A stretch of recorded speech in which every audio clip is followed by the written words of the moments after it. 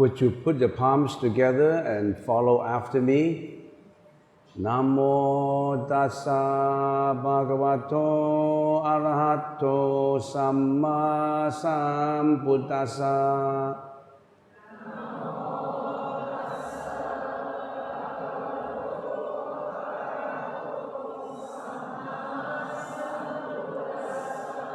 Namo tassa bhagavato arahato samma sambuddhassa.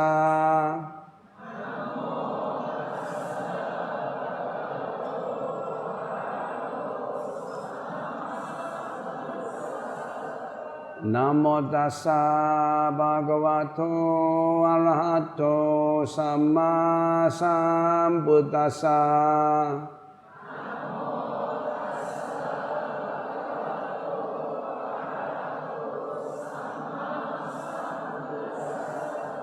Buddham saranam gacchami.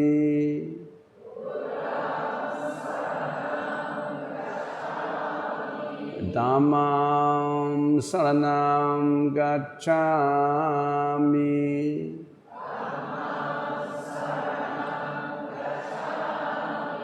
Sangham saranam gacchami.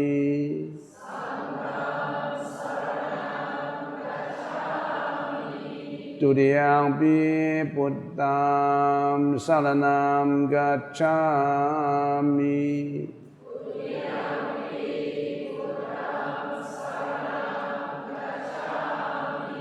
Tudiyampi Dhammam saranam gacchami.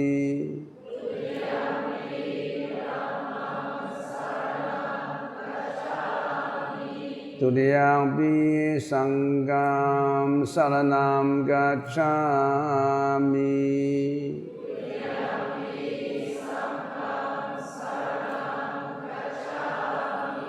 Tadiyampi Buddham saranam gacchami.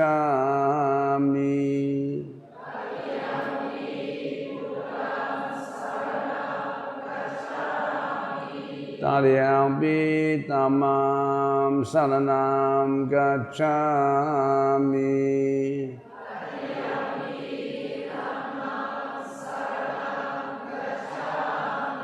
Tadiyampi Sangham saranam gacchami.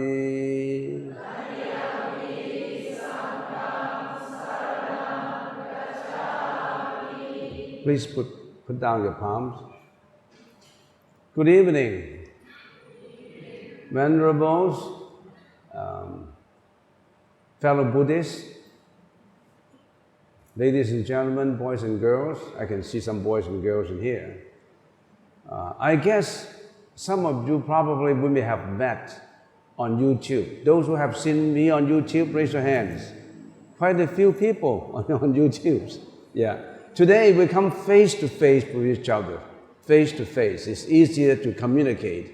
And also at 9:30, we're going to distribute to you a piece of paper on which you can write down your question. And then we attempt to answer your questions. And all those who put your questions down will have a gift, a rosary beads gift. So try to ask as many questions as possible. And if you are interested, you can also ask the question in Chinese. If you ask a question in Chinese, write down in Chinese, and then say 华语回答你的问题，或者是粤语回答问题。你可以粤语回答问题。So we're using 3 languages tonight. All right, okay.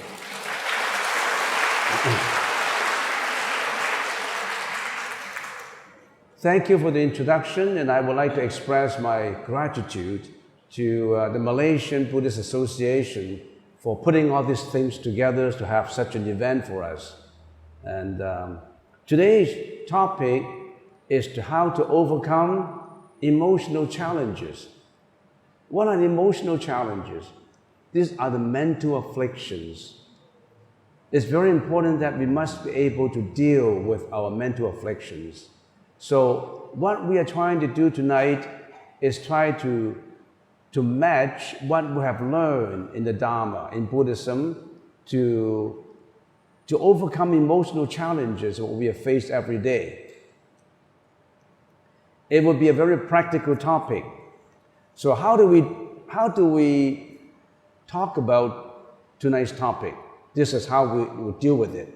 The Dharma talk content tonight is, first of all, to understand emotions, to understand the theory. What are emotions? To understand emotions, mental afflictions, and then we try to get rid of emotions by introducing to you some practice, some methods to overcome them. So instead of just talking about the theory, we also talk about how to do it, how to practice it. In learning Buddhism, you have to have two wings of a bird, like two wings of a bird. One wing is understanding of it, the theory of it. The other wing is how to practice. It's not just talking about it. You have to practice it out. So in understanding emotions, we have to find out where do emotions come from, what is karma, what are emotions. Negative emotions lead to mental disorder. Talking about mental disorder, I have some Malaysian facts for you. The World Health Organization, 2 years ago, they conducted a survey, and the rate of total world population suffering from depression and mental disorder was about 3.9%, 3.9%, just about 2 years ago. In other words, out of 100 people, 3.9% suffer from depression and mental disorder. And for example, in Hong Kong right now, the rate is 4.2%, higher than the average. Malaysia is good, 3.6%. But don't underestimate it, because next year they predicted that the number one killer is heart disease. Number two killer, depression. Many people commit suicide because of depression. So tonight, we're going to talk about it. And if you have friends, if you have family members who suffer from mental afflictions, in Buddhism, we call mental afflictions 烦恼, or in the Sanskrit languages, kleshas, 烦恼. 每个人都有烦恼的. Everybody has emotions. How do we deal with it? So, we'll be using a combination of the Buddhist teaching, particularly in Vajnanamatrata.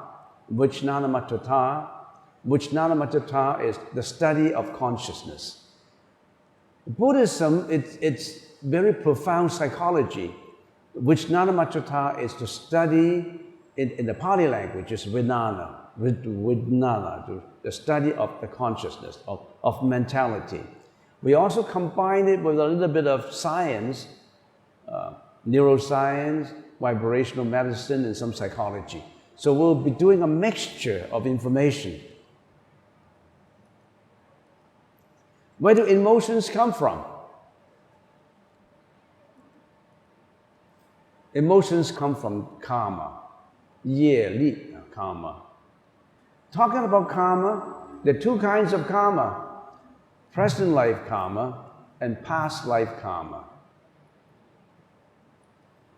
Our mind craves and attaches to externalities. Externalities means everything outside.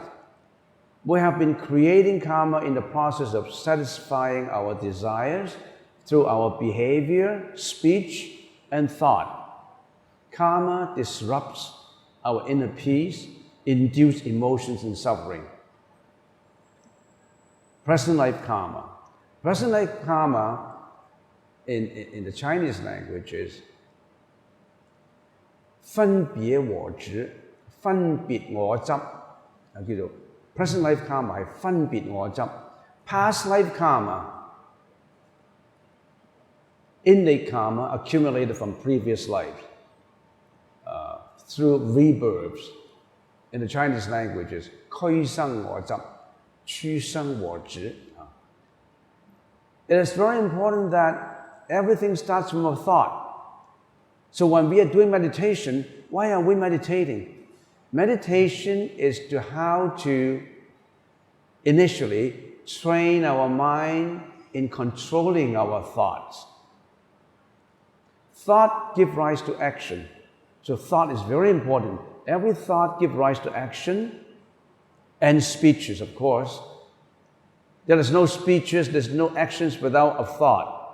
Whatever you talk about, it comes from a thought. However you want to act, whatever you want to act, it comes from also a thought.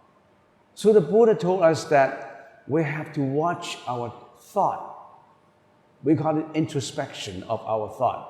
Internal introspection. Somebody call it contemplations. So a thought gives rise to action and speech. Action and speech, if you do it all the time, becomes your habits. If your habits have been repeatedly done all the time, it becomes your personality. Your personality determines your destiny. So don't blame anybody for having a bad destiny. You are the master of your own fate. If you want to do well, for example, if you are studying at school, you want to do well, you have to start from a thought. You have to have good habits. So a thought gives rise to action and speech. Action and speech give rise to habits. So watch your habits. If you're repeatedly doing the same thing, it becomes very dangerous. And the habits becomes your personality. For example, if your habit is that you're always lazy, you're always sluggish, you don't want to work too hard, then you become very lazy, then you cannot contribute towards, apply your efforts towards your good results at school, good results in your employment and your work. So personality determines your destiny. So if we want to change something, we want to change our life, to improve our life, how do we improve it? Improve the thought. Don't underestimate your thought. Whatever the mind can conceive, the mind can do.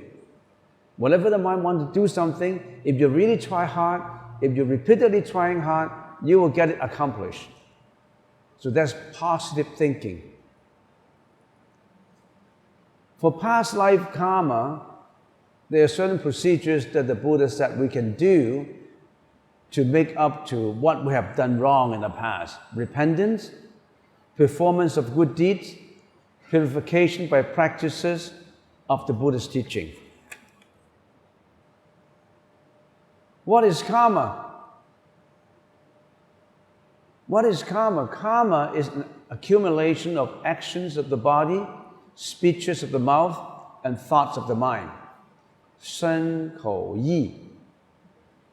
They all give rise to karma. Using modern language, what is karma? Energy. Energy is karma. So whatever you have done, it produces energy. Whatever you have said, it produces energy. Karma also refers to the natural law of cause and effect, where each thought, action, and speech of an individual influences the future of the individual. There are three kinds of karma: wholesome karma, unwholesome karma, and neutral karma.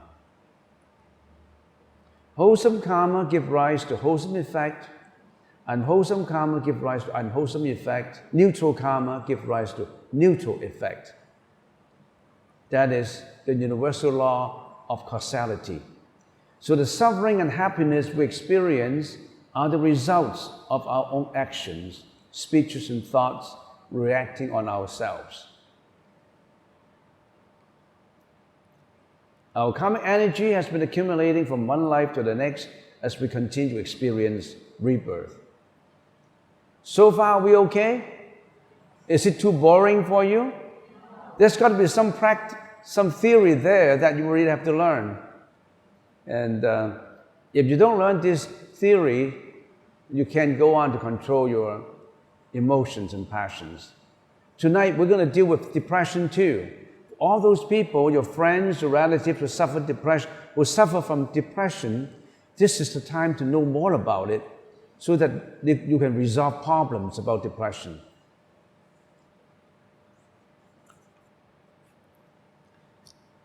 Where do emotions come from? In the Lotus Sutra, Sakyamuni Buddha said, the triple world of samsara are full of turmoil, like a burning house, replete with a multitude of suffering. What kind of sufferings we have? Do you know we have 8 kinds of sufferings? Suffering of birth, suffering of aging, suffering of sickness, and suffering of death. Nobody can avoid it. These are the 4 very basic suffering. Everybody has to die. At the most, to live up to 100 years, we all have to die. We're going through samsara in reincarnation.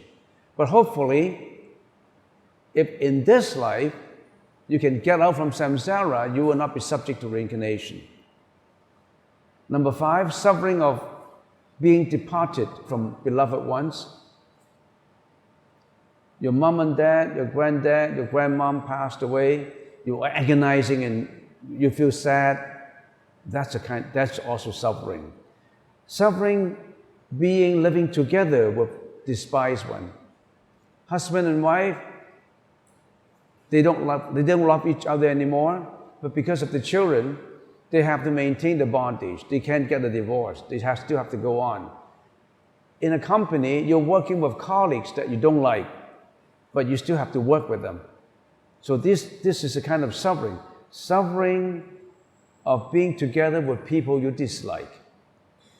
Suffering of not getting what one wants, suffering from insatiable desires, suffering from interaction of the 5 skandhas. You know what the 5 skandhas are? Raise your hands if you know the 5 skandhas. In Chinese, what is it in Chinese? Xik, Shao, Xiang, Hang, Xik. Xik, Shao, Xiang, Hang, Xik. The externalities. Xik係咩啊? Materiality. All matters outside. All matters outside, our senses, our 6 senses interact with matters outside. 6. So that is materiality. 受想行識. What is 受? Sensation. 想. Analysis and investigation. 行. Cognition. 識. The consciousness. So the need, the identity I, is a combination of body and mind. 識 is the body. 受想行識 is the mind. So we all have to go through it tonight in order to understand properly what are the emotions and how to overcome them. Most mental disorders emanate from or are related to these sufferings. The magnitude of emotions varies from person to person because of differences in one's karma, physiological and psychological, and the 5 skandhas interactions. Now, I will quickly go through all the theory part of it, and then we'll go through the practice of it. But without going through the theory, you can't go to the practice. What are emotions? Unwholesome emotions and wholesome emotions. Unwholesome emotions, greediness, anger, and ignorance. 貪嗔癡, 貪嗔癡. Greediness, lust, desire, infatuation. Yeah, and if you want, you can just take a snapshot of it. You don't have to copy it down. Take a photograph of it. Save time. I don't have copyright for this. You can do the same thing in your YouTube. I mean, you can pause it and you can see. So just take a snapshot of it. Greediness, anger, ignorance. Ignorance includes depression, sadness, despair, anxiety, self-abasement, self-obsession, self-pity, panic, phobia, worry, nervousness, and insecurity. Do you have these? If you don't think that you have these, raise your hands. If you think you have these, raise your hands. So how about those who don't raise their hands? Always happen in the same way. You never want to raise your hand. You never want to acknowledge anything. So we all have greediness, anger, and ignorance. It's a matter of degree. that we have. Sometimes we have wholesome emotions too. We are not always greedy, we're not always angry, always ignorant. Sometimes we are joyful, and sometimes we have temporary happiness. So joy, happiness, cheerfulness, jubilation, elations, etc. and etc. So we are in between the gamut of unwholesome and wholesome emotions. So what's the problem of emotions? Everybody has emotions. Don't be ashamed if you have emotions. Everybody has it. Don't even be ashamed if you have depression. Many people have it. It's a matter of degree. We have to deal with it, not to just agonize on it. Negative emotions lead to mental disorder. What are these mental disorders? Depression, anxiety, sadness, despair, rage, fear, suspiciousness, autism, self-pity, self-condemning, jealousy, hatred, self-obsession, addiction, pride, and arrogance. At the end of tonight, before the question period, we would also like to share how to deal with it when your family members have depression, when your friends have depression. How can we help them if they have depression? All these originates from ego attachment, ego. And we have 8 consciousnesses that we have to study tonight. We'll go through the 8 consciousnesses. 8 consciousnesses. And ego consciousnesses, the manas consciousness, is one of them that we have to study. All these originates from ego. In the Sanskrit language, is manas, vijnana. The Mahayana goes through deeper into consciousness by introducing 2 more consciousness. The manas consciousness and the alaya consciousness. Usually the Theravada have 6 consciousness. The Mahayana go into more, the 7 and the 8. So maybe for those who study only the Theravada, tonight it may be interesting to study 2 more consciousnesses, 2 more Vijnana, 2 more consciousnesses that you should know. The ego consciousness and alaya consciousness. In the Theravada approach is also very wonderful because they segregate it into chitta and mano. Have you ever studied the Theravada school? The chitta and the mano. The chitta is the emotional mind. The mano is the rational mind. Everybody, our rational mind is always in conflict with the emotional mind. In other words, the emotional mind and the rational mind are always at tug of war with each other, like pulling the string, pulling the rope, always at tug of war. And unfortunately, you know which mind is under control? Which mind? The 2 minds. You have 2 minds, right? You have your emotional mind. Sometimes you feel happy, sometimes you feel sad, sometimes you feel emotional. That's an emotional mind and the rational mind. So the emotional mind and the rational mind, which one is stronger in you usually? You are right, bingo. You are right. Unfortunately, our emotional mind is always in control of our rational mind. So if we know that, how did it benefit us in our daily interaction with people? So we know that the emotional mind is stronger than the rational mind. So when your family members is mad, are you going to use violence against it? You feel mad, you yell at him, you fight back. You know that the emotional mind is always under control. So you have to be more embracive. You have to embrace it, you have to tolerate it, you have to put up your tolerance level. You have to go through it. Don't get into argument, don't get into quarrel, don't get into fighting. Because we know that our emotional mind is stronger. And he is struggling with his mind too. So we have to help out instead of arguing about it. Mental disorder. adversely affect your health, your family, your job, your studies, your marriage, your career, your business, public relations, simply to affect every aspect of your life. I'm looking at this group now, and I can see quite a few young people. There are some people here that are under 40. Used to be, if you're under 30, you'll be regarded as young people. Now under 40. Because people are getting longer and longer and live longer and longer. Buddhism is absolutely important because if you study Buddhism well, it will teach you how to be more successful in life. Not only in living, but also in your career and work.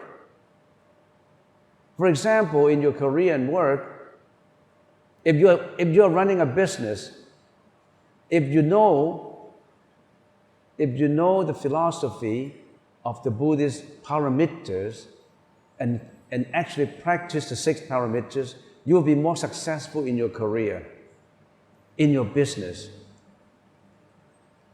Do you know the 6 parameters? What are the 6 parameters? What is the first one? In Chinese, if you can utter in Chinese, 布施, generosity, 布施, 布施, the 6 parameters. What are parameters? What are parameters?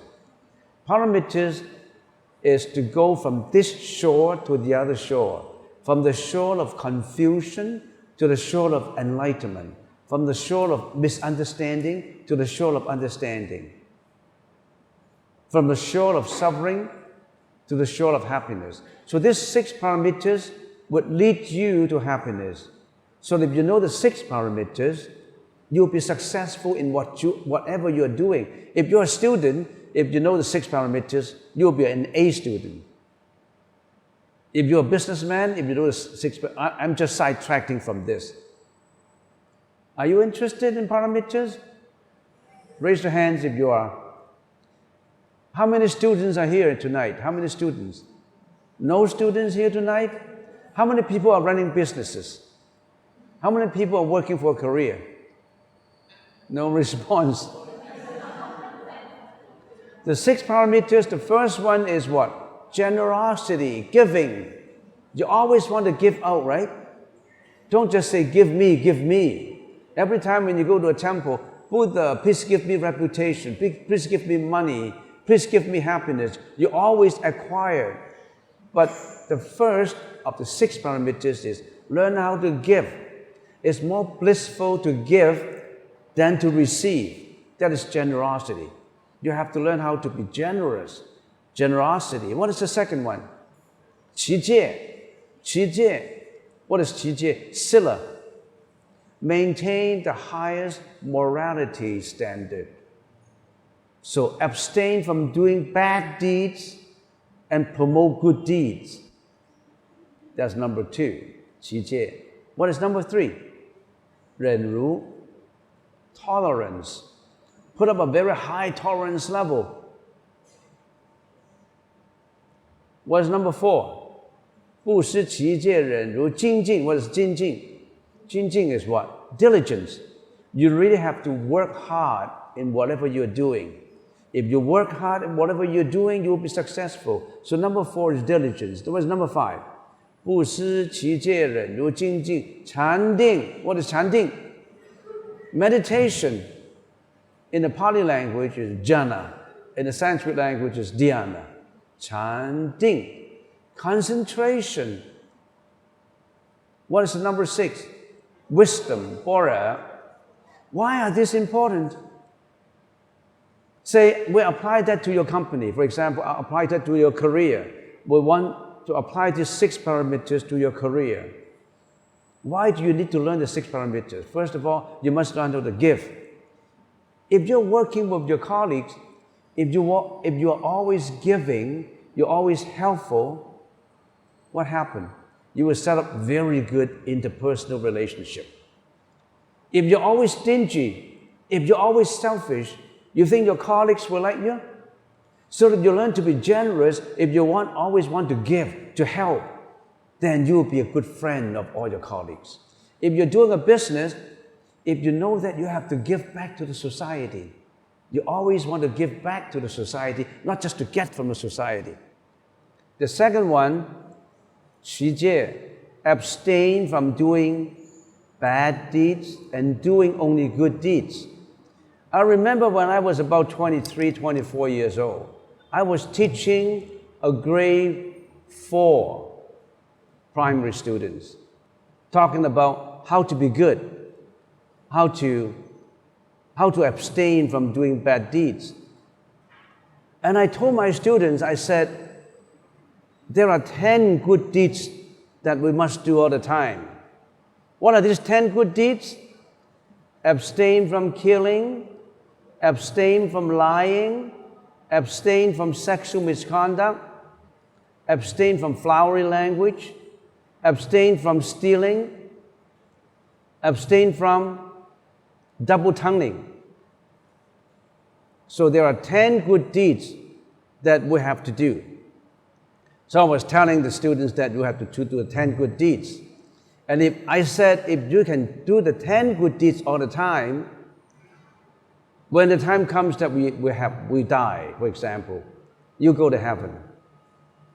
According to the Buddha Sutra, for all those who always have been carrying out the 10 good deeds, if we die, we can be born in heaven. Not in here, born in heaven. When you're born in heaven, you will enjoy millions and millions of years of longevity. You'll always be happy. So that is heaven. But heaven is not the ultimate way to go according to the Buddha. Because when you were born in heaven, when your karma has already exhausted, your good deeds karma already exhausted, you still have to go back to reincarnation. You still have to go back to life and death. So, but then I explained to primary 3, primary 4 students, I said, if you do the 10 good deeds, if you do the 10 good deeds, you'll be reborn in heaven. And they all feel very happy. So I keep on telling them, if you do the 10 good deeds, you will be born in heaven. And I asked them a question. I said, do you want to be born in heaven? So everybody raised his hand. All the kids raised his hand. Just as what I tell you, do you want to be born in heaven? If you want to be born in heaven, raise your hands. No, I mean, of course, you don't want, but if you have to choose between born to be human again and born to heaven, what do you choose? You're born in heaven, right? But you want to be born in heaven. And I said, do you want to be born in heaven?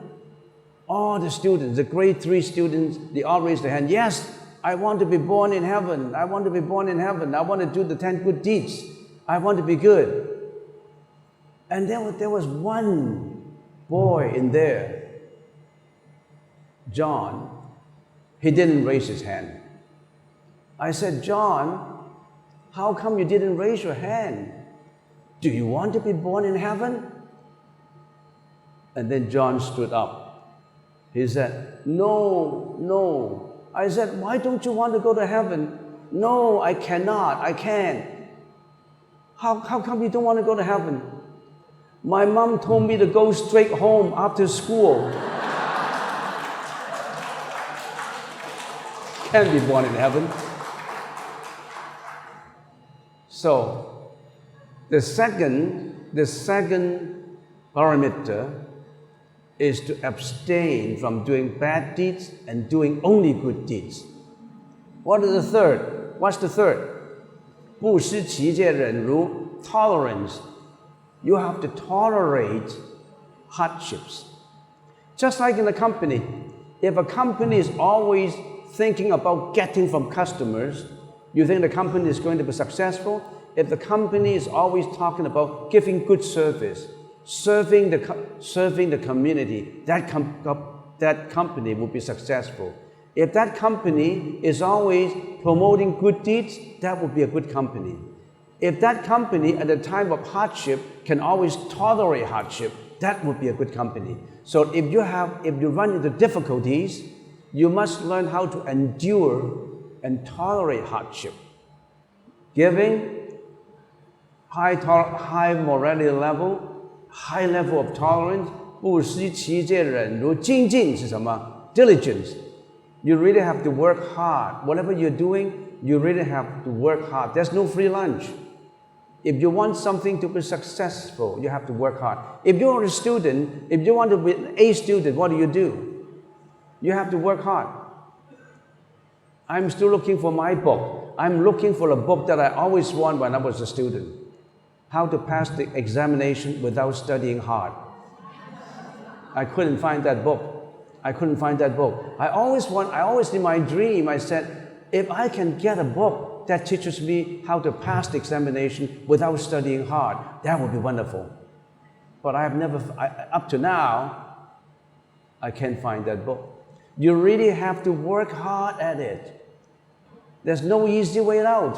So diligence is very important. 不失其戒忍如精进禅定. What is Chanting? Concentration and focus. Whatever you're doing, if you cannot concentrate, if you cannot focus, you cannot do a good job. What is the last one? Wisdom. You got to have intelligence. These are the 6 prerequisites. In whatever you're doing, you want to be successful, you ask yourself, 不是, am I always selfish? If I'm not selfish, if I'm giving, other people would know that I'm generous, they will be generous to me too. So in that case, you are improving interpersonal relationships. So always remember, Buddhism is applied Buddhism. Buddhism is not theoretical Buddhism. You can apply every aspect of Buddhism to your daily life. But you really have to know it to apply it. So let's carry on with how to overcome emotions. How do emotions arise? Vimalakriti Sutra says, what's the reason of suffering and mental disorder? Because of our craving and attachment. Because we're always greedy and crave and attached to things. Our mind is like a monkeying mind. A monkeying mind is jumping from one branch to another. Our mind is always non-stop, jumping from one branch to another. At one time, we grabbed onto the branch of greediness, and then we jump onto the branch of anger. We jump onto the branch of ignorance. We jump onto the branch of jealousy, anxiety, jealousy, hatred, fear. We're jumping one branch to another, non-stop, because of our craving and attachment. How do we crave? Let's learn something about psychology. Subjective internalities, our eyes, ears, nose, tongue, body, and mind. This produces the 6 consciousness. Objective externalities, matter, sound, smell, taste, touch, and dharmas. This is internal in us. Eyes, ears, nose, tongue, body, and mind. We always will have that. We have the eye consciousness, ears consciousness, nose consciousness, tongue, body, and mind. We have sensory organs. When sensory organs interact with external objects, we have attention aroused in us. And when the sensory organs is in contact with objects, then it gives rise to what? Consciousness. So when the sensory organs interact with external objects, it gives rise to consciousness. Let's slowly get into a little bit of modern psychology. Subjective consciousness. Now, we have craving. When the consciousness arises, that's craving, that's attachment. That is subjective consciousness. Consciousness is subjective. Externalities are objective. The subjective crave for objective, attached to objective. That happens to everybody.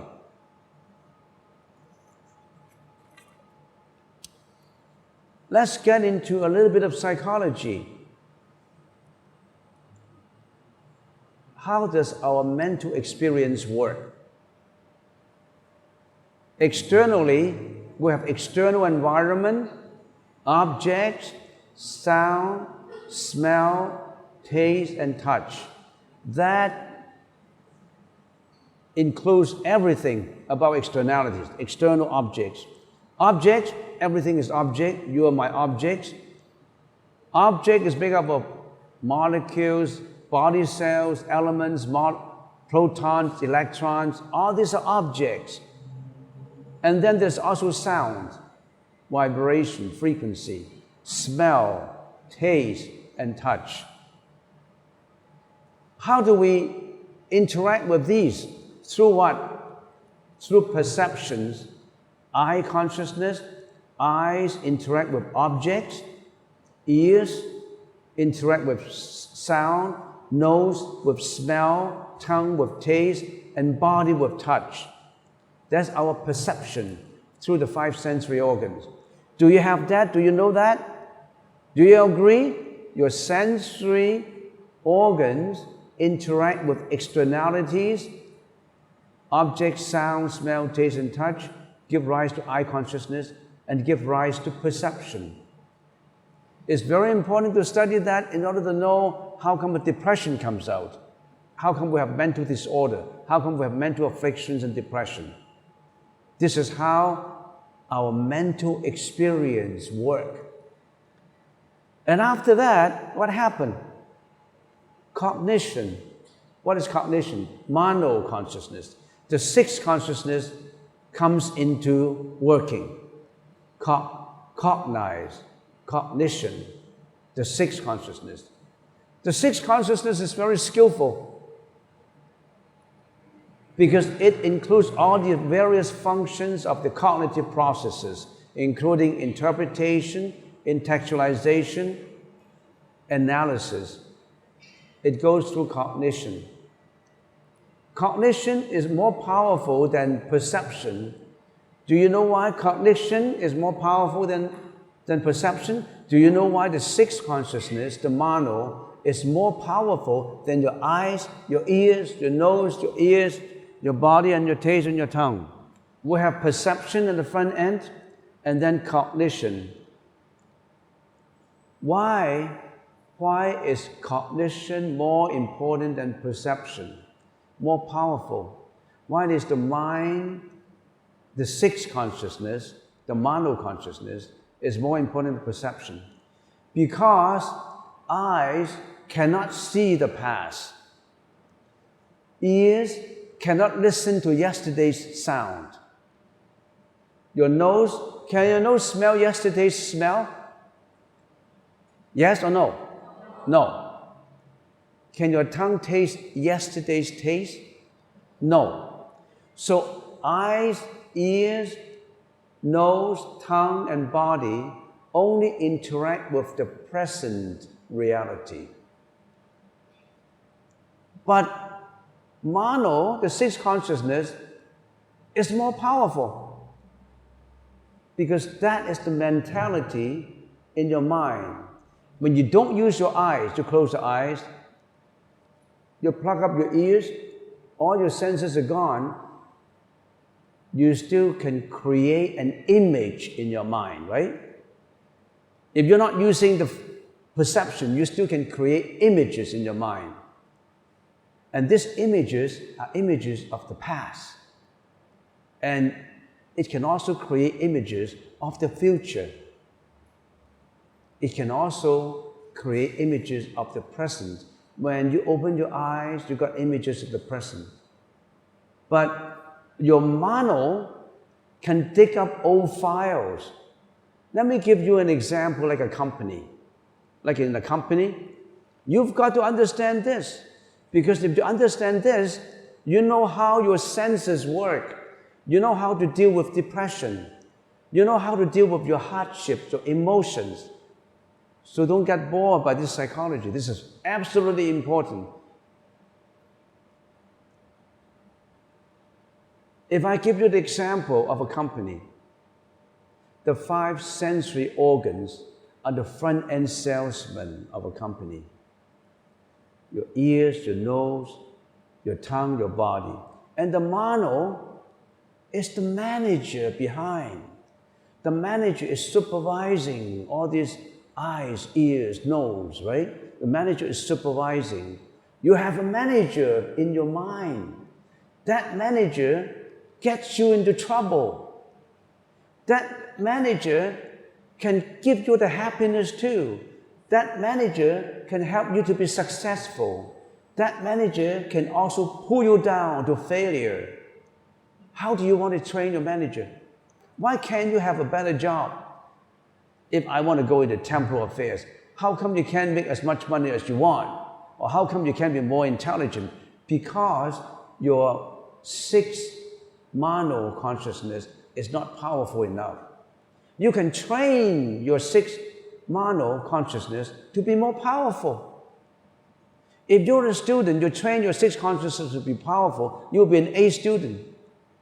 So, getting back into the example of a company, all these eyes, ears, nose, body, all these five are the front-end salesman and the sales lady, and the mano is the manager behind supervising all these. And the mano is powerful. You know why? Because he can dig up old files. He can dig up old memories. That's the reason why you cry. When you dig up old bad memories of a few years ago, when you were a childhood, you were being abused by your drunken father. Your father abused you because he was drunken. Your mom abused you somehow. Or you were being bullied by somebody. Painful experiences in your mind. Even now, you always want to recollect. You bring back your old memories onto the present and you agonize on it. And you think about it. And you feel depressed about it. You feel angry about it. You feel jealous about it. You feel fearful about it. But the past is already gone. How come you pull the past back onto the present and agonize on it? Isn't that stupid? The past is already gone. It will never happen again. How come you still feel sad? You feel angry when you think about these affairs. And why do you do it? Because all the time, every now and then, you want to bring it back. You want to bring the past back onto the present.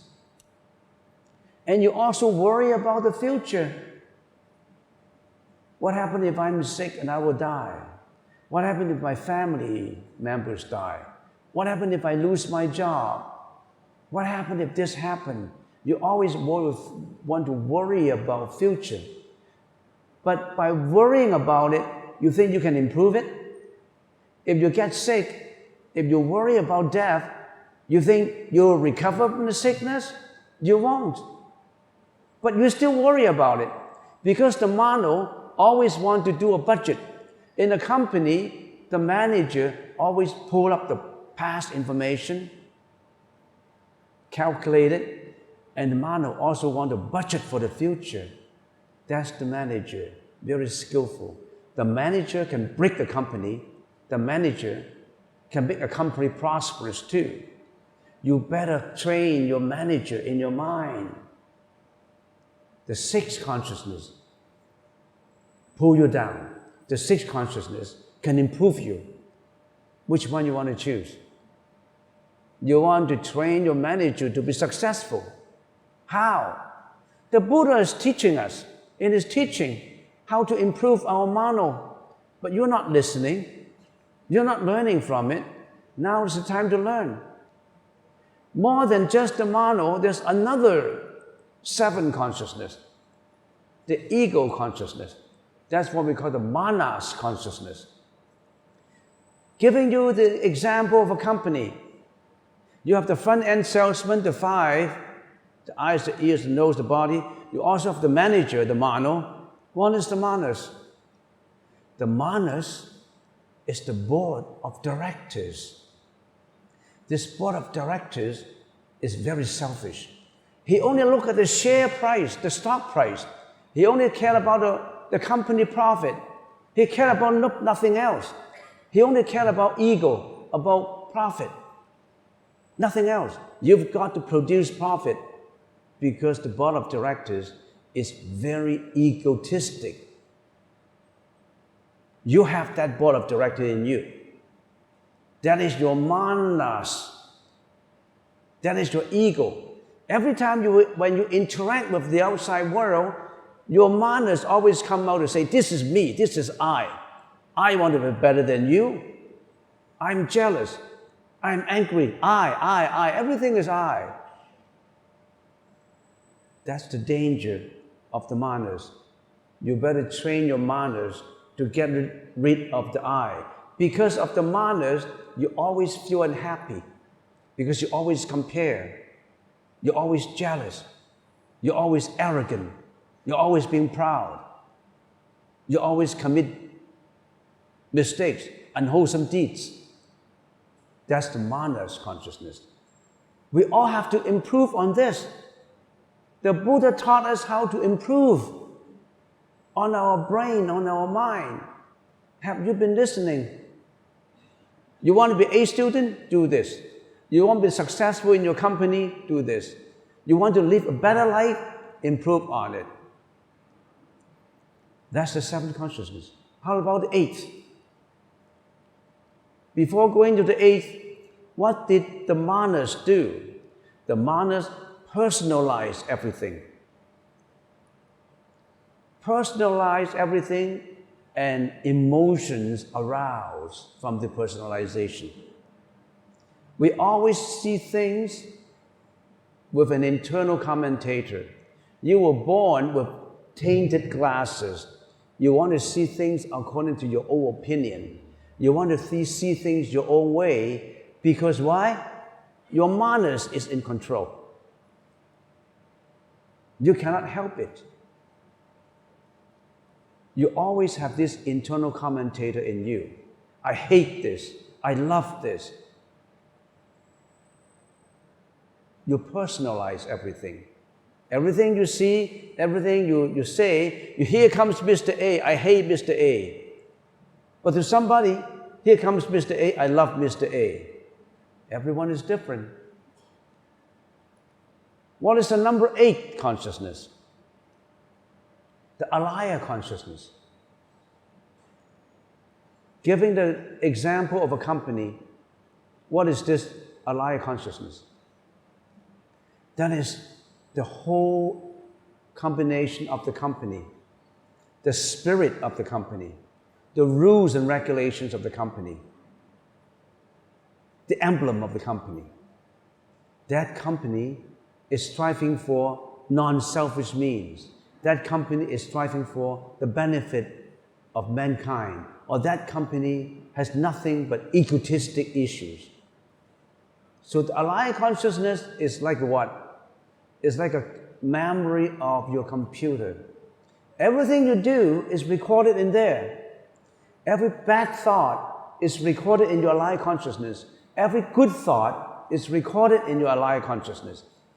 When you accumulated a lot of bad thoughts in you, you know what will happen? You would carry those thoughts into action. Remember at the beginning of the lecture I said, a thought gives rise to action and speech. Action and speech repeated all the time becomes your habit. Habits repeated all the time become your personality. Personality becomes your destiny. So you better watch out. Your alaya consciousness is recording every thought that you do. If you always record a thought of intelligence, a thought of hardworking, of trying to be diligent, then you finally always be diligent. So it's very important that you store the good information. So remember, we are the whole 8 consciousness that is responsible for the performance of our karma. Store of the present, past karmic energy. Do you understand this chart in here? If you understand this, take a shot of it so that you know how your brain works. If you want to improve your life, improve on this. This is the Buddha's psychology. What's the difference between modern psychology and the Buddhist psychology? The Buddhist psychology is called Vijnana, the study of consciousness. 唯识. The Buddhist psychology is more comprehensive, is more deep. Because modern psychology only concerns with what? Only concerns with present life. They never concern past lives. They never concerned with future lives. They only cared about the present, very narrow view.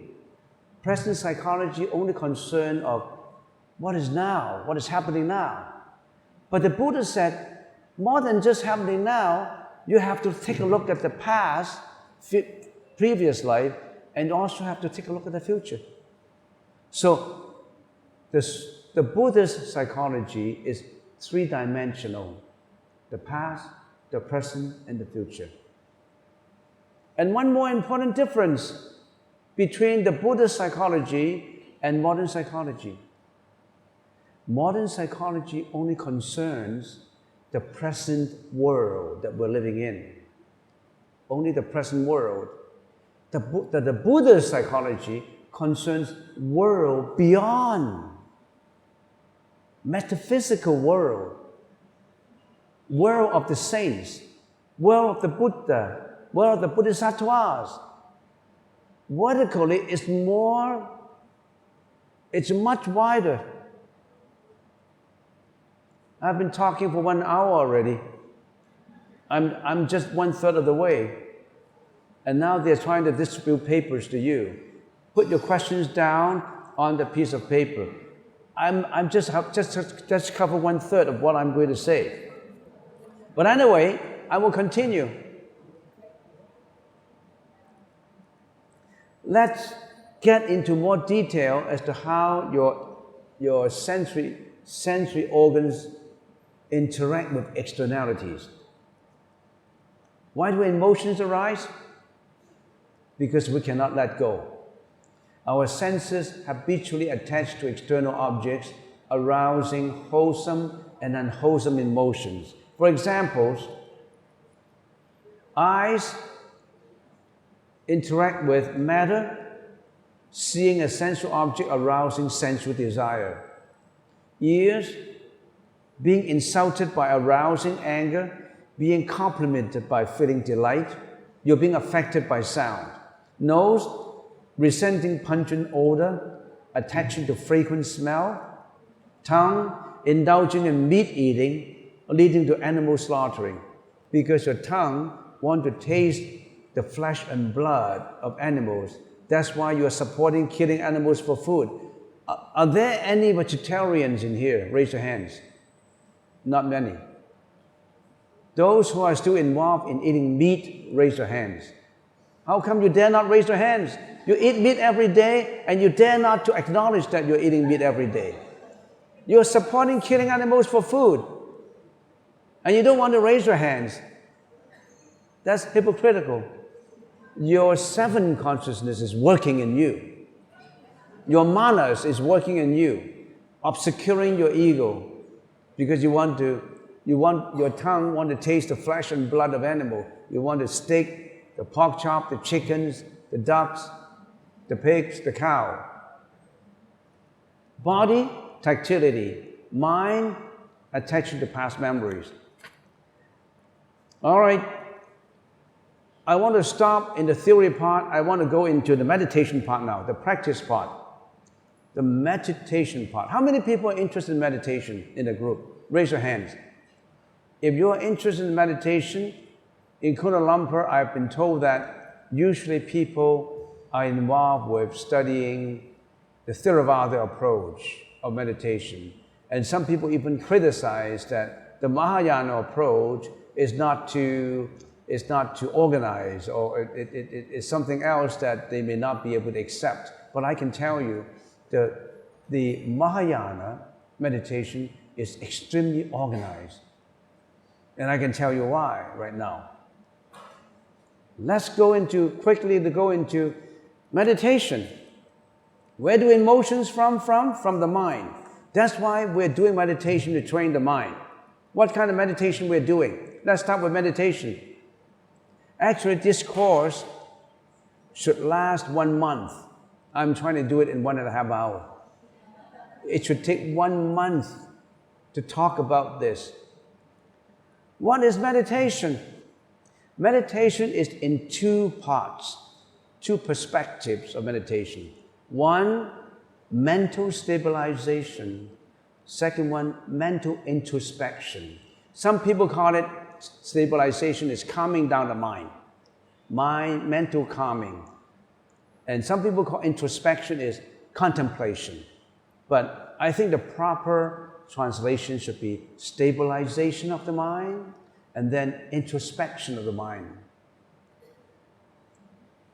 And in the Sanskrit language, samatha, and in the Sanskrit language for introspection is vipassana. You have heard of that, right? Those who have heard of these two words, raise your hands. Only a few heard of it.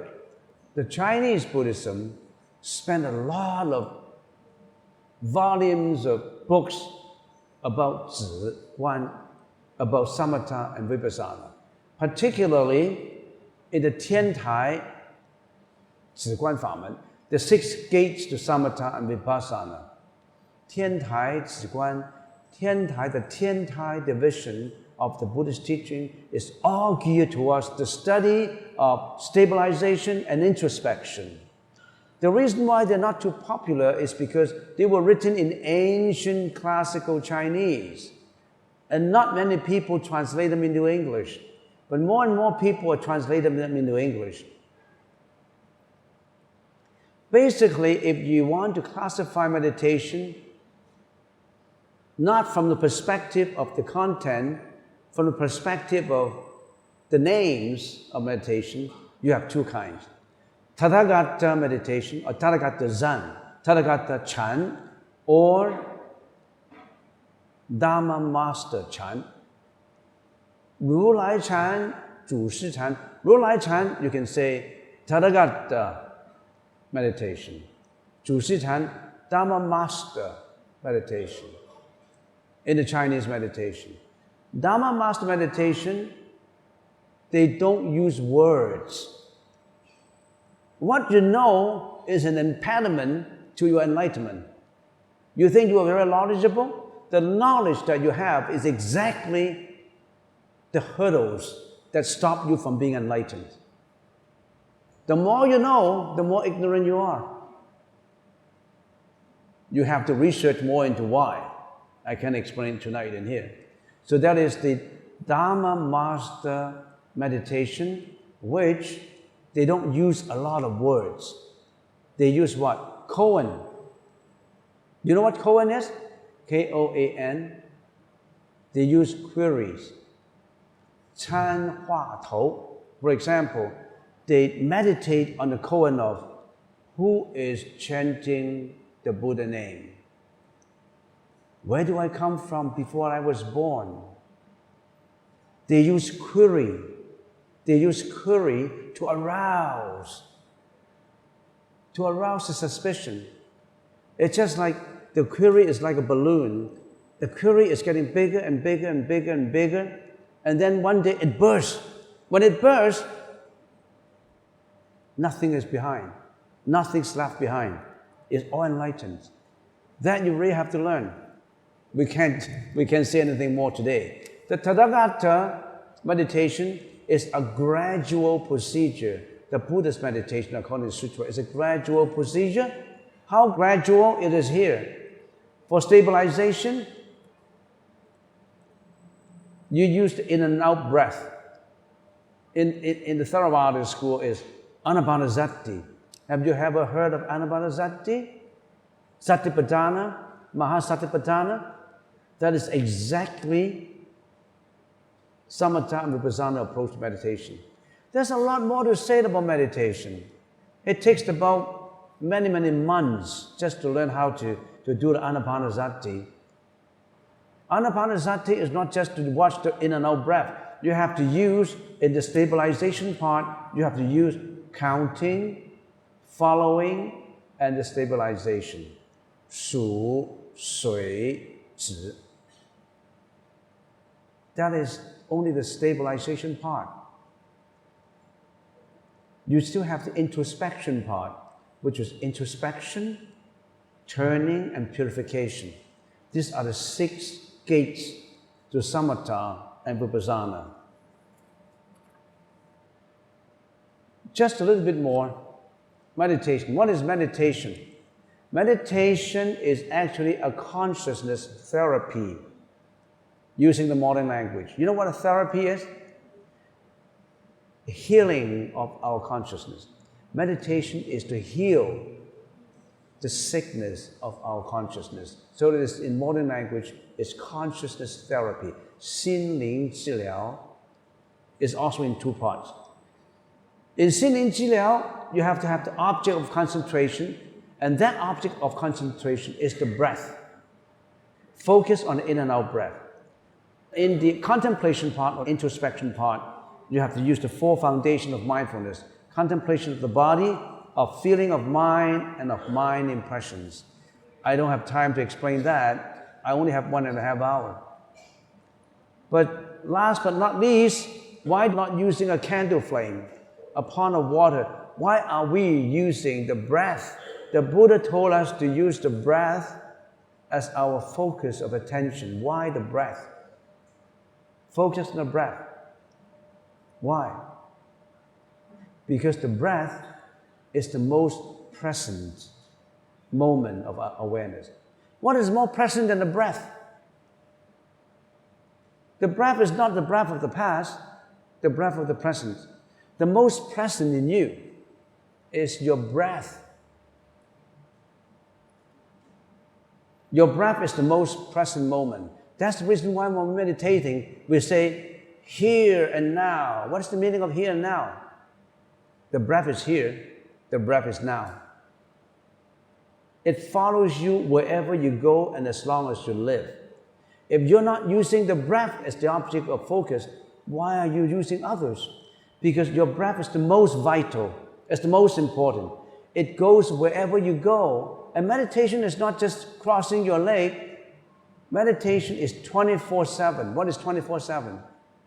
24 hours per day and 7 days per week. Every second is meditation, not just sitting down. And your breath is easy to remember and easy to control. It is the most akin to you as a focus object. Why don't you use your breath and you want to use something else? The Buddha told us to use the breath. So focus on the breath, anapanasati. I'm just talking about theory tonight. We have to practice it though.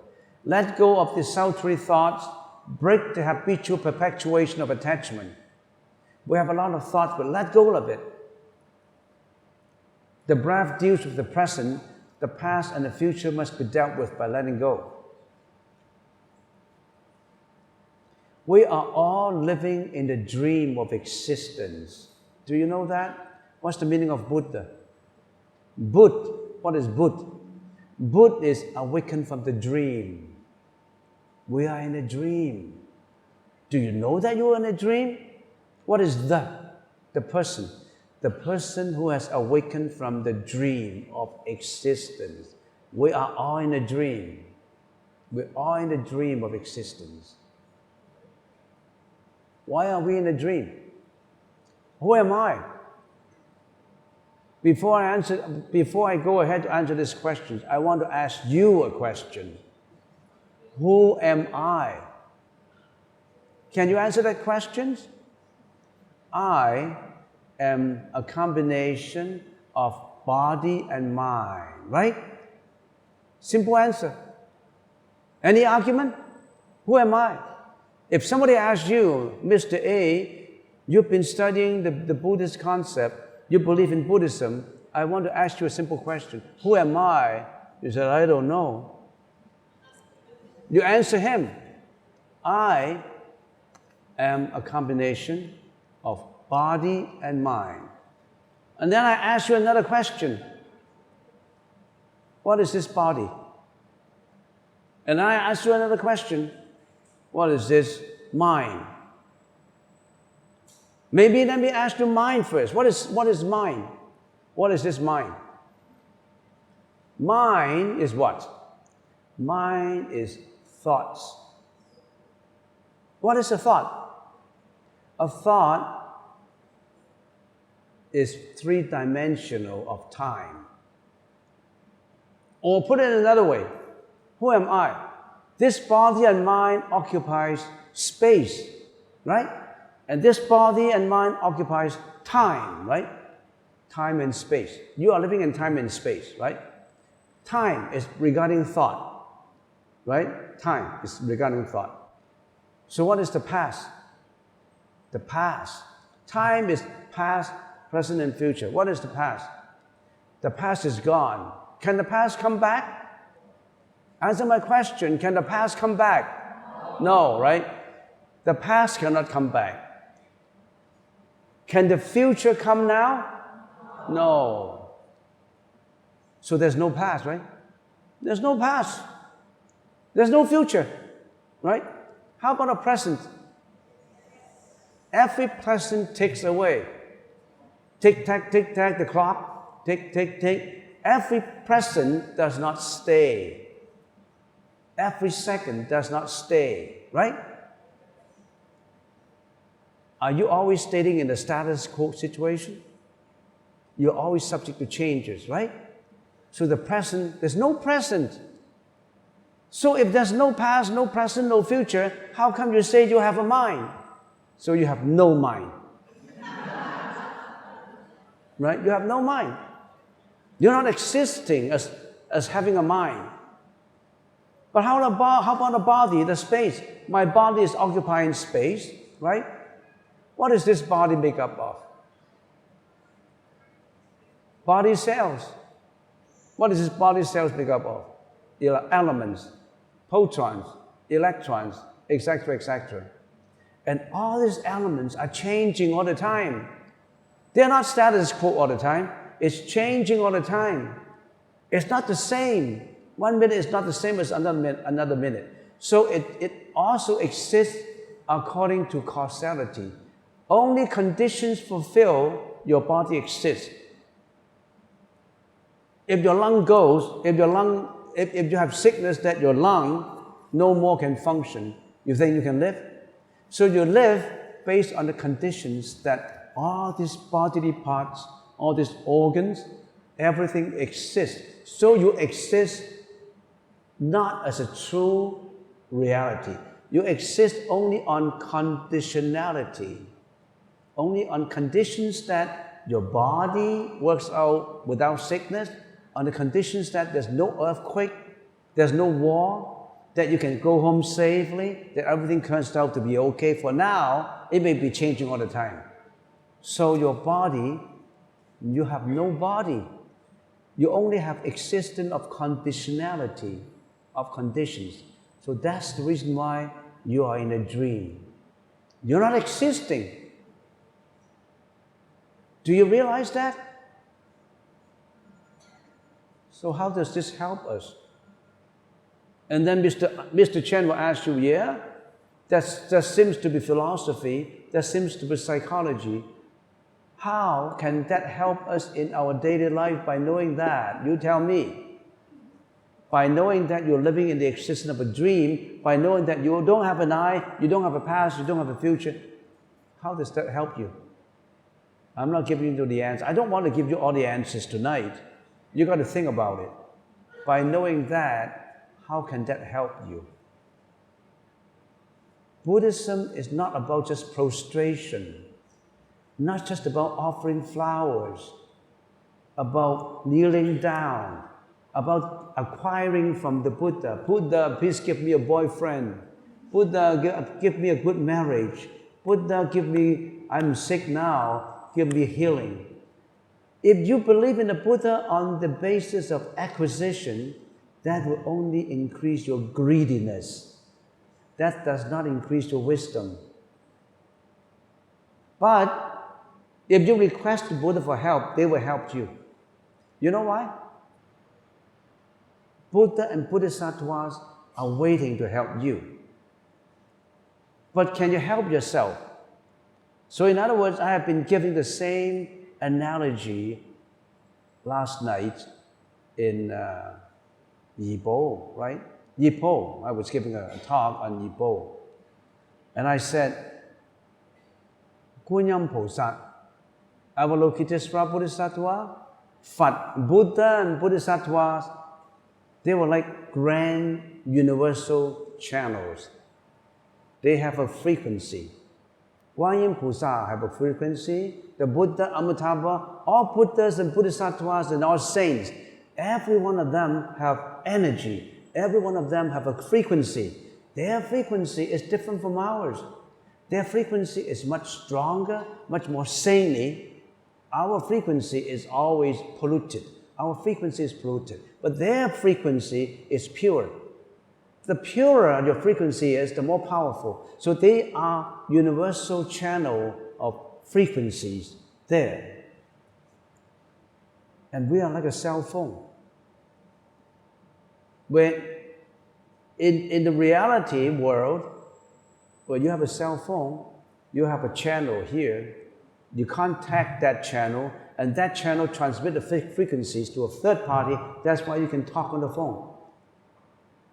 But the Bodhisattva has a universal frequency. And that frequency rely on you for you to contact that frequency. Just like in your phone, you got to know the phone number of your friend. Do you know the phone number of the Buddha? Do you know the phone number of Guan Yin Pusa? Do you know? Please tell me, I want to know. What is his phone number? I can tell you, I know the phone number of Guan Yin Pusa. I know the phone number of the Buddha. You know what is his phone number? His name. If you always say Namo Guan Pusa, that's the name. Or his mantra, Mani Padme Hum. Or Dai Bei Jiao, Namo Ratna Darayaya, Namo Riya, Vadagatisvaraya, Vadasarvaya, Mahasarvaya, Mahagarundingaya. That's in the chanting. There's power in the chanting, you know. What is chanting meditation? When you chant, don't say that's superstitious. When you chant, what happens? Sound comes out. That is sound therapy. You know the power of sound? You know the power of sounds in medicine? That is called vibrational medicine. Right now, the machine, sound produced from a machine, ultrasound, can break gallbladder. They don't have to operate on you. Machine producing sound is very powerful. So sound is a sound therapy. What is the most powerful sound therapy? Not from a machine. From where? From your own mind. Consciousness producing sound is the most powerful. That's from your own consciousness. So when you are chanting, you are actually increasing your sound consciousness. You are healing yourself. Don't say that chanting is superstitious because you're producing very powerful sound from your own mind. You are also collecting, trying to connect to the universal grand channel of the saints, of the Bodhisattvas. So continue chanting. Chanting meditation. Continue to undergo your own sound therapy. That will be the most helpful. Don't stop chanting. If you stop chanting, that's wrong. It's the same as sitting meditation. Meditation is not just sitting. Meditation is chanting too. We call it chanting meditation. Self-created sounds, such as chanting, a mantra, or a sutra, will cause the left and the right hemispheres of the brain to synchronize. The left hemisphere of the brain, the rational brain, and the emotional mind brain try to synchronize. The left hemisphere is the ego center brain. The right hemisphere is the spiritual center. Recitation of sacred mantras, sutras, actually causes the right hemisphere, in effect, body and mind, to become attuned with divine energy. When one chants a mantra for an extended period of time, one's vibration of sound frequency can evoke the higher energy of the Bodhisattvas, becoming one and united with the energies. So if you want your chanting to be effective, what happened? The power of mantra chanting. You have to chant every day out of the sitting meditation. During chanting, our physiological changes are occurring. Your hormones are changing actually. Our nervous system is being affected by our own self-created sounds. The effectiveness of the power of chanting depends on what? Focus, intention, repetition. You have to repeat it. 10 minutes is not enough. At least half an hour. Increased it. Repetition is the most important in chanting. Vocalization, vocalized it. You know why you have to vocalize it? Because you want to listen back. Because when you listen back, it is in a tune with your brain. So you have to chant it out and listen back. And visualization. Visualize the Buddha statue. Focus, intention, repetition, vocalization, visualization. That would be effective. Whatever you want to request, if you do that all the time, miracles will come. Miracles will come if your chanting becomes effective. When your chanting has become a habit with the persistent firmness of intent, the effect will come to you. I'm not going to talk about anymore. So you have to draw a conclusion to what you have learned today. You must know that sitting meditation is important in embracing and letting go of your depression. When depression comes, embrace it. Let go of it. Don't hate it. Don't hate your depression. When you hate how come they don't have depression? How come I have depression? I'm very unlucky. Wow, how come I'm having all these? Don't feel that way. Don't add hatred. Don't add dislike to depression, to anger, to fear. Embrace it and live with it. When your family members have depression, what happens? Don't try always to explain to them the meaning of depression. They can get into Google and they understand. You don't have to explain it to them. You have to have the patience to listen to them, to live with them, to be by their side. Just be a good listener. Don't criticize. Don't say, how come you have depression? How come you don't know anything about depression? Don't. Live with them. Embrace it. Live with it. Don't hate it. Let it go. Let it subside. Finally, do you really know what I need right now? Usually people who are depressed. What I want is your support and kindness. If somebody is depressed, what he wants is your support and your kindness. Don't laugh, don't frown when they cry. Please don't tell me what I ought to do, because I know, I can get into Google. I know everything about depression theory. I have already known the reasons of emotions of depression. Please just quietly sit by my side and listen. To help those to get through depression, you must give them what they truly need, not didactic lessons on what they should know, what they should think, and what they should feel, but learning to accept and care for them as they are in the present moment. Don't yell at them. Don't shout at them. Don't say that you deserve it. How come you are depressed? You're adding problems to them.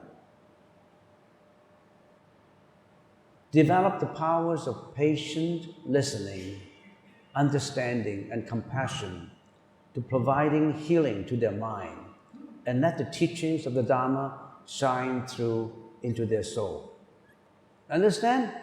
When you deal with depression with your family members, don't yell at them. Stay with them. Listen. Develop something that is interesting. If they like to play a guitar, go to a guitar shop and buy a guitar. Ukulele, piano, exercise. Do exercise with them. play music with them, sing with them, not to criticize them, not to hate them, not to say, this is what you deserve. I told you to change. I told you to let go. You think it's easy to let go? Letting go is not easy. When you are in it, you cannot let go. You have to embrace it, live with it. Don't laugh. A lot of people commit suicide because of depression. It's getting more and more serious. It's the number 2 killer. It's going to be a number 2 killer of mankind. This kind of sickness, people are getting more and more mental disorder, not just depression, fear, anxiety. We must learn how to cope with it, not just for yourself, for your friends, for your family members. All right, let's answer questions now.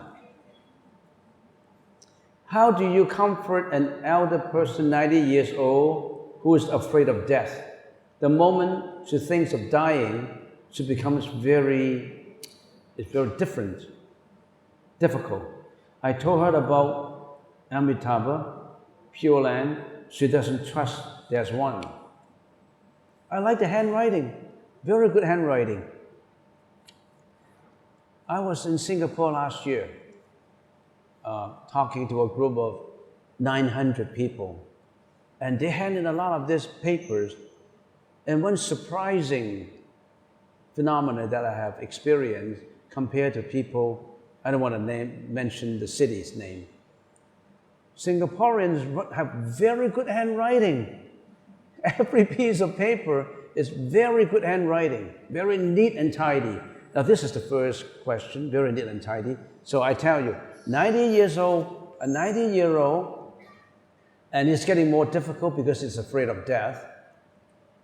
I think what you need to do is to explain death to him in a way that you understand death.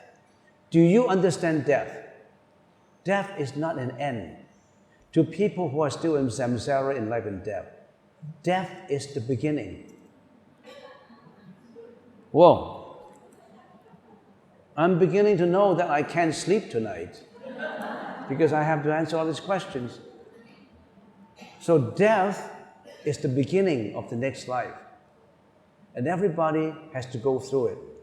You already have come up to 90 years old. The reason why he is afraid of death, because he does not understand death. You have to understand what is death first. If you understand death, you will easily let go of it.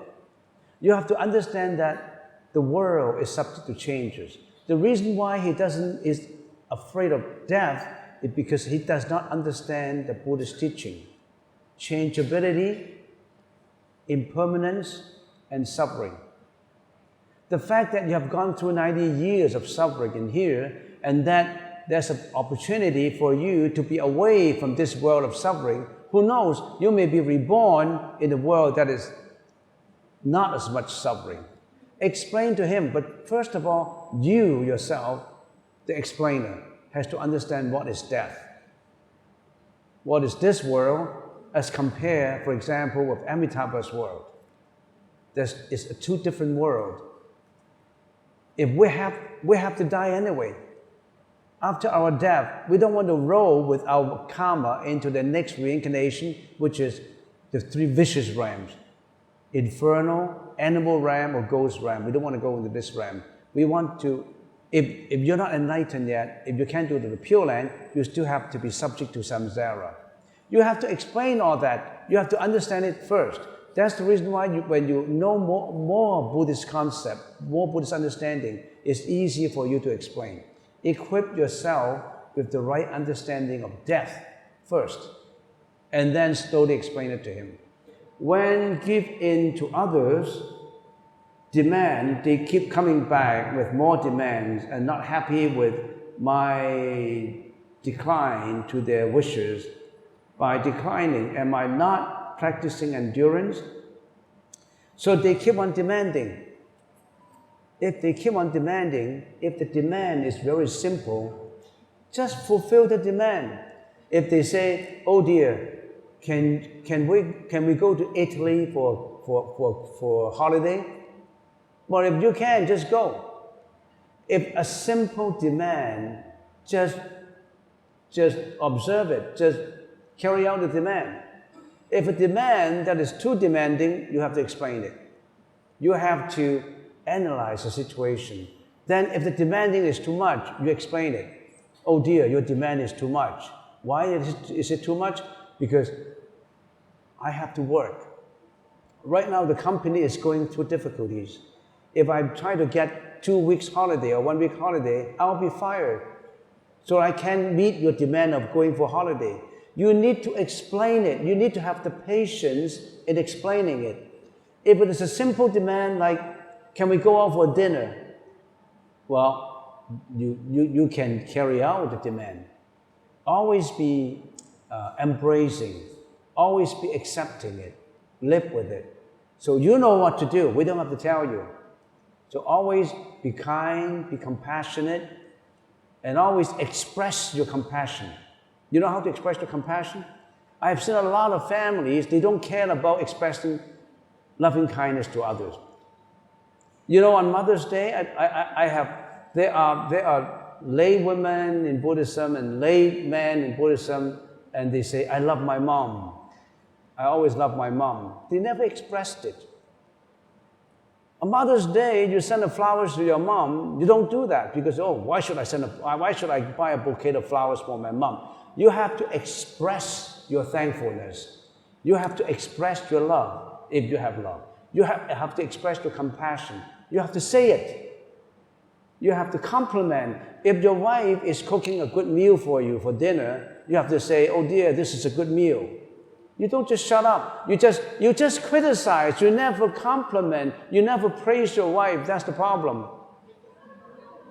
You're not meeting the demand for compliment, the demand for praise, the demand for acknowledgement. When your son have done better in homework, you say, son, you've done a good job. But when your son is getting poor mark, you say, son, you're not doing it right. You only criticize, you never praise. That's your problem. Praising would make people improve. Criticizing would make people sad. You understand? Next question.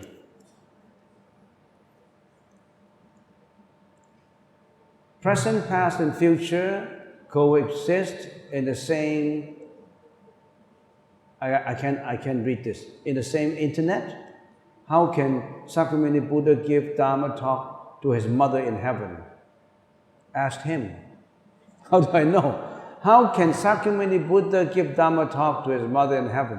Sakyamuni Buddha the body in here, but maybe his consciousness can travel anywhere he wants. That's what we mean by supernatural power. The body stays, but the actual consciousness of it has traveled somewhere else. That's supernatural power. Next question. Venerable, I'm focusing on a single mantra, then chanting of several mantras for chanting meditation or practice. You can concentrate on one mantra or a number of mantras, no problem. This handwriting, I can't read, so I'm going to put it down. A note of gratitude. Make Vaksatu to Venerable Guan Cheng for giving us opportunity to share blessings, planting good seeds in our mind. Thank you very much for the compliment. I'm looking at the clock now, it's 10:15, and I have that much to answer. So how can I finish it? Why don't I summarize everything? Why don't I summarize it? We've always seen each other on Facebook, on YouTube. But now we are face to face. And of course, a lot of people want to ask questions. Well, I can tell you, spend more time in what you should see in the internet. For example, if you spend time in WeChat, in your email, 3 hours, and most part of it, if you filter it out, is nothing but garbage. You can actually get rid of it. You don't really have to care, have you had your lunch? What do you go for shopping? That kind of rigmaroles in daily life. Spend some time every day with repetition every day on the Dharma. Listen to the talk, not just my talk, on talk of other venerables too. So spend your time in the pursuit of wisdom. In Buddhism, there are three very important subjects. The first one, we know that what's the intention, what's the objective of learning Buddhism? Not to get from the Buddha, not just acquiring blessings from the Buddha. The objective of Buddhism is to be liberated from suffering, liberated from this world, this imperfect world of suffering. This world has a lot of suffering, more and more sufferings than before. Even though we're advanced in science and technology, for example, in telecommunications, we have our phone. The phone gives us close communication, but it seems that family members don't get to see each other. The telephone has pulled us further apart, in spite of the fact that we can talk on phone. We're not intimate anymore. Sometimes we get together to have dinners and all that, but the phone pulls us apart. Medicine have advanced, but we have more and more sickness, mental sickness. So get on to the objective of Buddhism is to be liberated from suffering and help others, help all the folks, all others to be liberated from suffering. Ultimately liberated in this life from suffering, so that in the next life, you're not going through the imperfect world again. But in this life, the intention of learning Buddhism is to be happy in this life. To be happy in this life, you have to get wisdom. And wisdom is in the study of the Dharma. You have to get wisdom to be happy in this life. If you have the wisdom, you can make yourself happy because you can control your mind, you can handle your problems better. You can handle your emotions, you can handle your depressions, you can also help others to handle depressions. So improve on your wisdom, and so that you'll be happier in this life. To do that, there are three courses that you have to take. The first one, Sila, Qi Jie, precepts, morality. You have to abstain from doing bad deeds and doing only good deeds. You must abstain from killing, abstain from lying, abstain from sexual misconduct, abstain from cursing, abstain from stealing. You have to do all good deeds. You know why? The Buddha said, if you're not doing good deeds, you'll be subject to more suffering. How can you practice Buddhism? So the first lesson is not just to dig into the video to get wisdom. The first lesson is to observe precepts, is to take the 3 refuges and observe precepts. The 5 precepts you have to observe conscientiously. Abstain from killing, abstain from stealing, abstain from sexual misconduct, abstain from lying, abstain from intoxication. You have to take these 5 precepts so as to guide your conduct in the right path. That's the first step. If you cannot even be a good person, how can you lead a happy life? How can you lead a happy life? So you have to be a good person. To be a good person, you have to take precepts. That's the reason why in Buddhism, you have to take the 3 refuges, the 3 jewels, the Buddha, the Dharma, and the Sangha. You must do that. If you don't do that, you're like a sit-in student. You're not a registered student in Buddhism. You are just a sit-in student. What's the benefit between a sit-in? What's the difference between a sit-in student and a registered student? A sit-in student does not have to do homework, does not have to write examinations, does not have to attend lectures, does not have to buy textbooks. You think you'll be a good student of Buddhism? Take the 3 refuges first. That's the first lesson. How come you don't take the 3 refuges? You register psychologically as a learner towards the right path first. Take the 3 refuges, the first step. The second step, observe the 5 precepts. And there are other precepts too, so you have to learn the Sila. Sila is the most important. Sila is a Sanskrit word. It means Vinaya, it means precept. You have to abstain from bad deeds and doing good deeds. That's number 1. Number 2 is what? Stabilization. You have to learn how to stabilize your mind. You have to learn how to calm the body and relax the mind. That is from meditation. Meditation is not just cross-legged. It's not just sitting down. It's also from chanting. It's also in walking. Meditation is about a thought. It's about a thought. Not just sitting down is meditation. So, stabilization. Learn how to control your mind. The third is what? Introspection. Learn the Buddhist concepts. How many Buddhist concepts are there? There are so many Buddhist concepts. An ocean of books of the Buddha Sutra. When we say an ocean, really, you cannot in your lifetime study all the Buddhist concepts.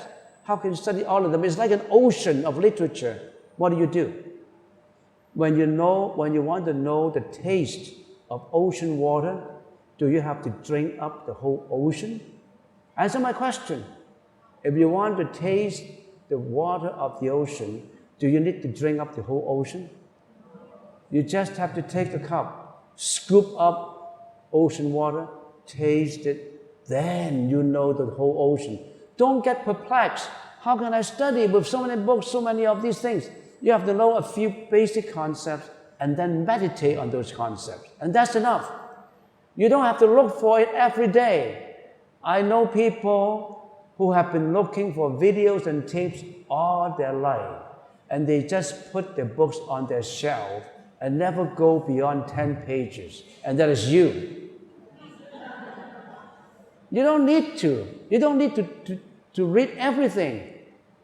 You choose a few good ones, contemplate on it. Sunyata, for example, Paticca Samuppada. You know what I'm talking about, Paticca Samuppada? Antecedental concurrence, or interdependent on concurrence. 12因缘流转门, 空观空, 12因缘流转门, 很多 Buddhist concepts, pick a few good ones, learn the Heart Sutra in detail, learn the Diamond Sutra in detail, learn about the study of consciousness in detail. That's enough. You don't always be, some people are always a professional student. All their life they're looking for things. You don't need to drink up the whole ocean. Scoop up some and you know the taste. So that will increase your wisdom. So remember, Vinaya, the morality, stabilization, and wisdom. Right now it's 10:30. You don't want to go home, but I want to. So let's finish it.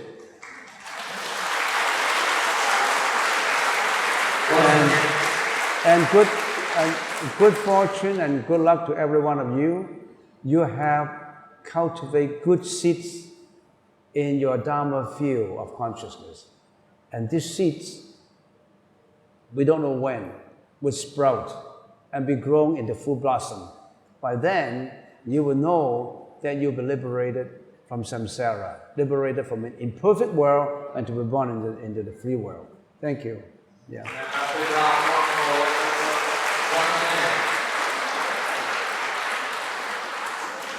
We dedicate today's lecture to every one of you to have good health, good fortune, good wisdom, and we dedicate also to all sentient beings for peacefulness and tranquility.